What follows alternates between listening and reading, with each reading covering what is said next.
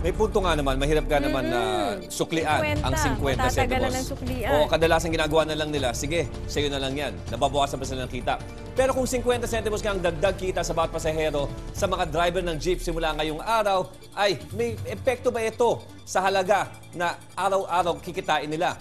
Ang sabi ng grupong Pasa Mazda, too little too late. Green light na sa LTFRB na magdagdag singil sa pasahe ng mga pumapasadang jeep. Pero sa 50 sentimos na aumento, ano nga bang pakinabang nito kay Mamang Tsuper? At kahit pa paano po, may konting tulong sa biyahe namin kasi mahirap po ang biyahe namin. 8 oras ang lagari sa biyahe ng mga tsuper at kakalawangin kasama para kwentahin ang kaunting dagdag sa kita nila. 400 pesos ang kita ni Mang Florante kada isang ikot sa kanyang ruta. At kapag nadagdagan ng 50 cents ang pamasahe, magiging 450 ito. 50 pesos ang nadagdag sa kanyang arawang kita.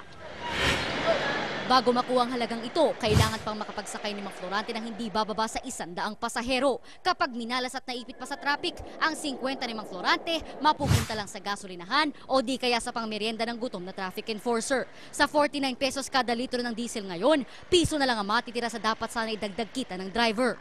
Ayon sa Pasang Mazda, sa taas ng krudo ngayon, wala na raw itong epekto.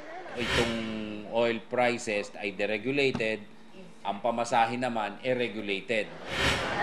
Ayon sa LTFRB, provisional ang fare increase na ito. Ibig sabihin, oras na bumaba ang presyo ng krudo, iaatras nila ang 50 sentimong idinagdag sa pasahe. Sa huli, sabi ng mga tsuper, ang barya-baryang pandagdag sana sa kita nila, aagos lang huli sa tangke ng gasolina. Camila Abadisio, News 5.